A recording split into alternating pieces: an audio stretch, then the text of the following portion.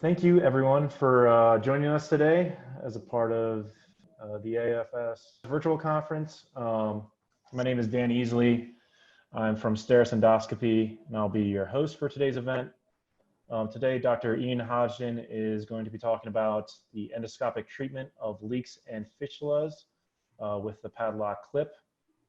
One reminder as we go through this presentation, if you have any questions for Dr. Hodgdon, please feel free to jump in the chat box and type in any questions or comments there. I will then kind of review them, and after Dr. Hodgdon's presentation, we'll have a Q&A session where we'll address your questions. So please, just as any questions come up, please throw them in the chat. And a little background on Dr. Hodgdon. For those of you who do not know him, he is an assistant professor of clinical surgery at LSU, where he also serves as the associate program director and assistant education director at that program. And even before he started as a professor at LSU, he did his general surgery residency there and also went to the LSU School of Medicine. As you can maybe figure out, he lives in New Orleans, Louisiana, and he is married with 3 children. So Dr. Hodgdon, thank you for joining us today. I'm really excited about your talk, and I'll now turn it over to you. Thank you for having me. Anybody, like Dan said, and Stephanie said, email me or chat the questions. I'll be happy to answer them if I don't know anything. Disclosures, I've done some education for STERIS Endoscopy in the past, and commercial relationship with direct biologics. So leaks, fistulas, perforations. I'm a general surgeon. This is what we do. You know, GI guys are not getting called for colocutaneous fistulas, and I do colons, small bowel, stomach, anastomosis, biliary. I've done some esophageal work, pancreas, things like that. We all know things leak, and a lot of it seems like it's out of our control. Esophagus, and I show some of the rates of leaks of esophagus, gastric, small bowel, colon, and rectum, and especially everyone kind of knows, left and descending colon leaks are higher than right. And the closer you get to the anus, the higher the leak rate is. Also, holes can form for other reasons: ulcers, biopsies, perforations, feeding tube. We have, it's pretty common to have a peg tube that we pull that doesn't heal in 2 to 3 months. Tissue can be radiated, cancer, foreign bodies, other sorts of leaks and fistulas.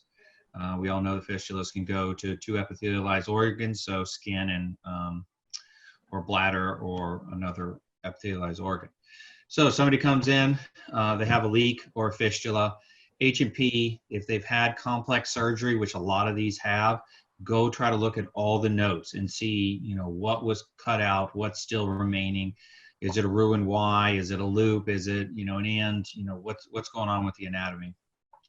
Get as much information as you can. CT with PO and or rectal contrast, upper GIs, barium enemas or gastrographic enemas, fistulograms, abscessograms, put contrast down both looms of the ostomy, just so you know, where is this leak at? If it's mid small bowel, well, you might not be able to endoscopically clip it. If it's proximal, sorry about that, everyone. We had a little technical issue, but it seems like we're back and up and running. So without further ado. Also scope them too to see where the fistula is, and then also check other labs, CBC, albumin, pre-albumin, see what their nutrition status is, how much protein and fluids they're losing from the fistula or leak, and also if they have an abscess that needs to be drained.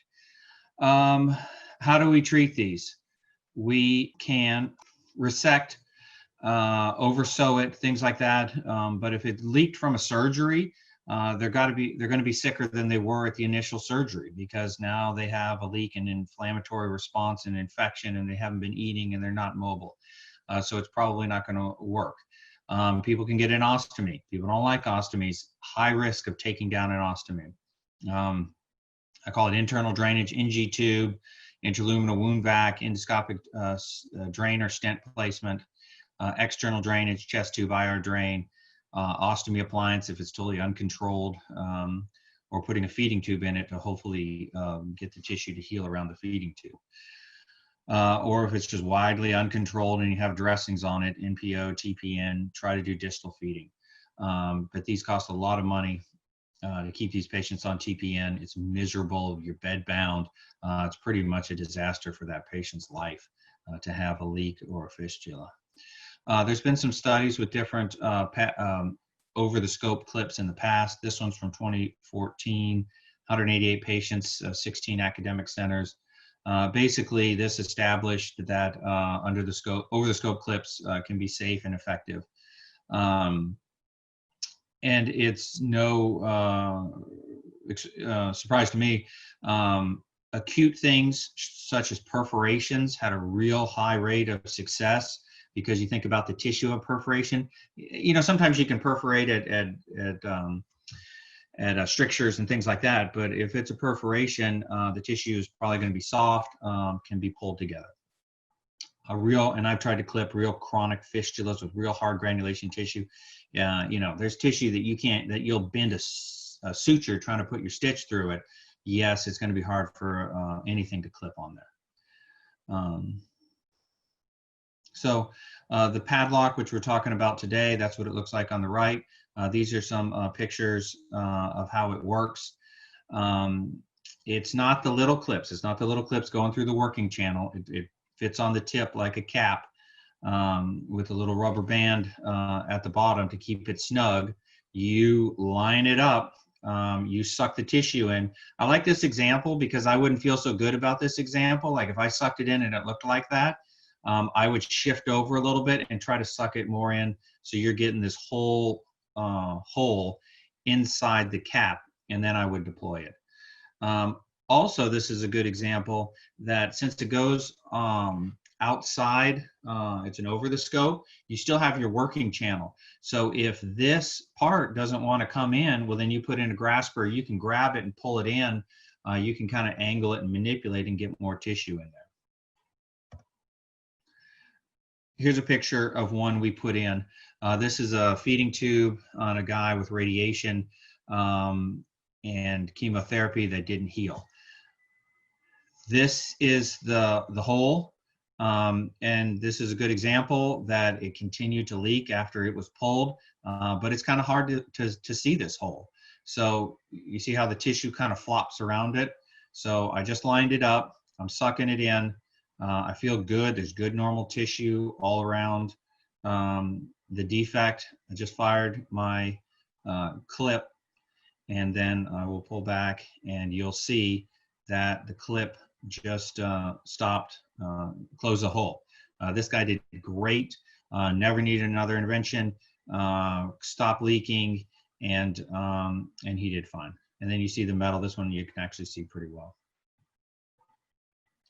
Now, sometimes, you know, what happens, I haven't had anything bad happen with placing one of those clips. It's sometimes, you know, if it's probably superficial enough, that mucosa can slough off. If it's a little bit deeper, when I've gone back and resected either a stomach that had had a clip in the past or colectomy, it kind of grows in there, and it's basically like staples. When we're doing a bowel resection, most of the time we're using titanium staples, and so they just get overgrown, or like a lap chole clip or something. So this is the case report of our first 7 patients that we put clips on to review whether this is something we wanted in our practice. You know, we like the idea of it, but we wanted to study and see how we did. So we prospectively collected data, 7 patients, single academic center, 2 surgeons. Medium follow-up was of 5.5 weeks. And then we followed for success, complications, comorbidities, that kind. 4 females, 3 males, average age is 6. Most were colon leaks. The other ones were stomach leaks. Our patients, you know, these patients getting bowel resections and colectomies and gastrectomies have comorbidities. So for the first 7, all of them had a technical success. There were a couple that we had to, replace a drain on for recurrent fluid collection. This first guy needed an ostomy. He, needed more surgery afterwards. So I'm going to go through some of these. This is the first one. This is his leak. You see all the contrast going in there. Hold on, I'm going to try to move my picture thing so I can show you. Yeah. So he had a big collection. When we did a barium enema, all the contrast went into this cavity, clipped him, it quit doing that. His drains got, but this one reopened. Case 2, this is a lady who had a sleeve leak. You can see this is a flange of a feeding tube going into her gastric sleeve. This one there was no distance. So somebody put a balloon feeding tube here to try to control it and block it, but this balloon would come down here and block up the sleeve and it would pour like crazy. We clipped her and she had a little bit of leakage the next day and then it stopped, and she'd been leaking for a year.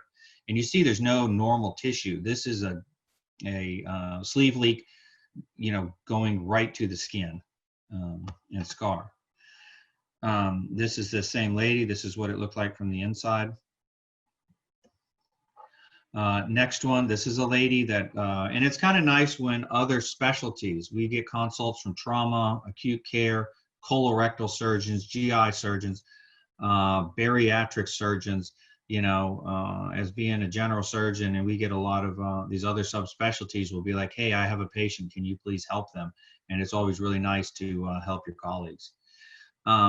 This is a lady that Crohn's had a fistula from ileosigmoid anastomosis. We clipped her. Colorectal did do an IND on her afterwards because the cavity reaccumulated, but she did not need a bowel resection. The leak had completely healed.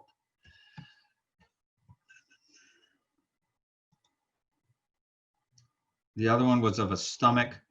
This one, let me see if I can skip ahead. This is one of a colon. And this kind of highlights that these things can hide. You see this? I found the leak. I'm making sure I'm right centered. I sucked it in. I feel good about that. I clipped it. This is that lady, and this one worked extremely well and pretty satisfying. But you can see it's tough to find these things sometimes. So if you find it, you pull out, you put your cap on, you go back in. Sometimes it's hard to find again. Just like like trying to find a polyp or something. Things disappear inside the colon. So if you can score around it or burn, I went back in and I'm checking it. Kind of see it looks like a little mushroom cap. And that's what it looks like. But this one did really well. Next one, this is the other video, 64-year-old male, status post-PEG, squamous cell carcinoma, still leaking after the PEG. We clipped him, he never leaked. A little tip, I didn't know what an overtube was until I started doing these, because I would always, just scope somebody and you go down with the EGD scope. But then once you're trying to get the clip in there, I have scoped them. Then then you can place your overtube. And the overtube, for anybody who does laparoscopic surgery, it's just like the sleeve, with the scope being the trocar of doing a laparoscopic procedure. So you put the overtube over the scope, you scope them, you slide the overtube down. Because the clip is a little bit bigger, you see that it kind of has an edge on the front. It's not tapered and that smooth. So sometimes it is a little bit more difficult to get down to do an EGD on somebody. So scoping them, pulling out, placing the clip through an overtube is very high, or very helpful. I mean, you gotta use your judgment. Who's sick and needs to go to the surgery emergently? Who is not so sick, either because it's a fresh perforation that you can clip, or it's a chronic fistula that doesn't have an abscess that you can clip. There's a colonoscope size and an EGD size. There's studies out there showing that these things close holes, leaks and fistulas. We found it. This is just our first 7, but we've continued to use it, and it's been, you know, a real blessing for our patients, because going back and doing a surgical repair of a leak is very morbid procedure, as far as other leaks, fistulas, more perforations, valve obstructions, cost, all that kind of stuff. I mean, and it's also better than just having these people, you know, stay on TPN and NPO and tube feeds, living at the LTAC with ostomy appliances and wound care for weeks or months or the rest of their life, and then you have to take them back to surgery anyway. So, you know, we haven't had any complications. You know, there's been a couple where, you know, in that first one, it's 1 out of 7. We had to go back and it failed. That was a complex one. It was, you know, he had a leak anyway, fistula anyway. But now we've gone back on more and more. We've had great success with it. All right, are there any questions? There are. We do have one. Okay.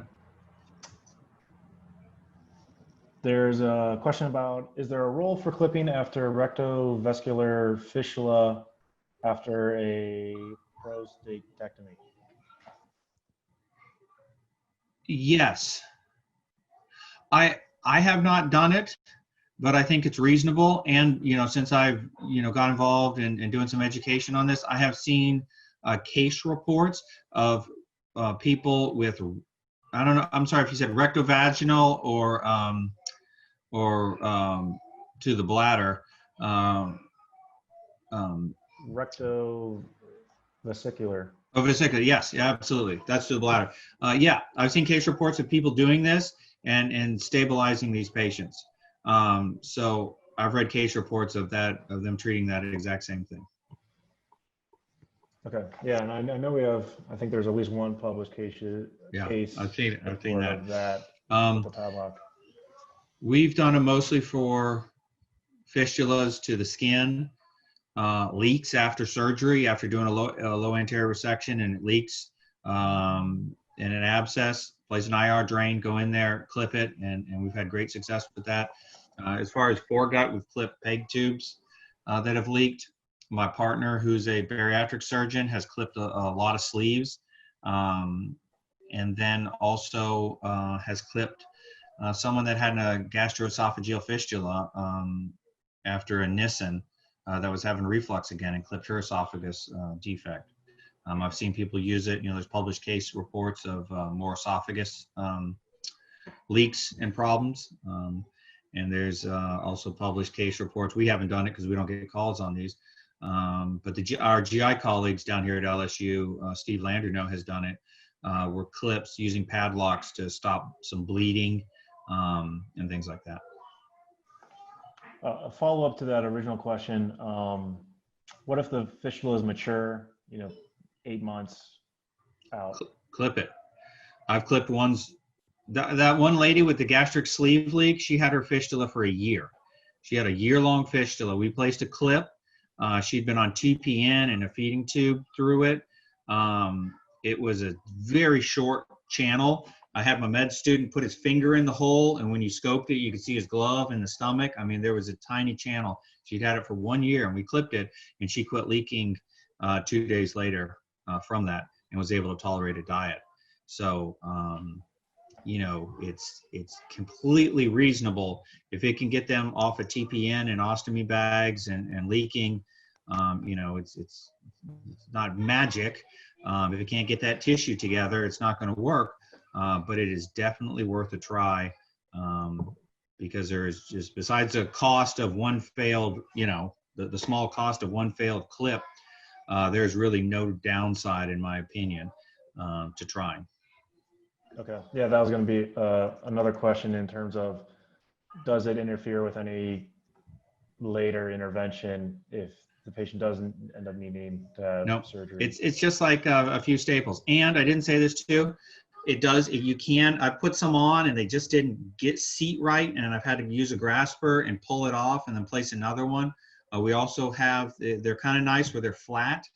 I wouldn't feel as comfortable with this, but if this is your option, you know, and you have a longer hole, you can really suck it up into the cap, but they're flat. So sometimes you can put them, you know, some people have daisy chained them and put them side to side. So yeah, you put one on and it looks good, but the hole isn't there. Try to put on another one. And then also, you know, I would try to get it as perfect and close that hole, but I have put some on. You know, little holes can heal. You know, if this is a centimeter hole and you put a clip on it and now the hole, you can see a tiny little millimeter. I mean, a millimeter leak, there's a chance that heals. You know, you might want to put another one or try to position it. But give it time, because I have closed ones where at the end I just didn't feel as 100%. There's nothing else I could do, but they quit leaking. You know, and these were some big holes where you could drive the camera, the scope, not all the way through it, but you could look in there and see the IR drain in the pelvic cavity in the abscess. We were able to close those. Is there any particular indications you maybe recommend, kind of as if there's a new user and it's maybe like one of their first cases, what would be the kind of indication you recommend to start trying this out? Is there anything in particular or any cases that tend to be more complex or you might want to avoid with your first case? Well, first off, you know, this is an elective procedure. You know, when I've learned new procedures of laparoscopic inguinal hernias, or there's different things, and it's patient selection. Yeah, if you got a patient that has a leaking GC fistula from a peg tube, I mean, that's probably as easy as it can get. But you're not going to get that choice. So I would say don't be afraid to do general anesthesia so that you can take your time and it's safe. I mean, if you're saving this person a surgery, who cares if you do it in GI or you book it in the OR? We've done some of these in the operating room.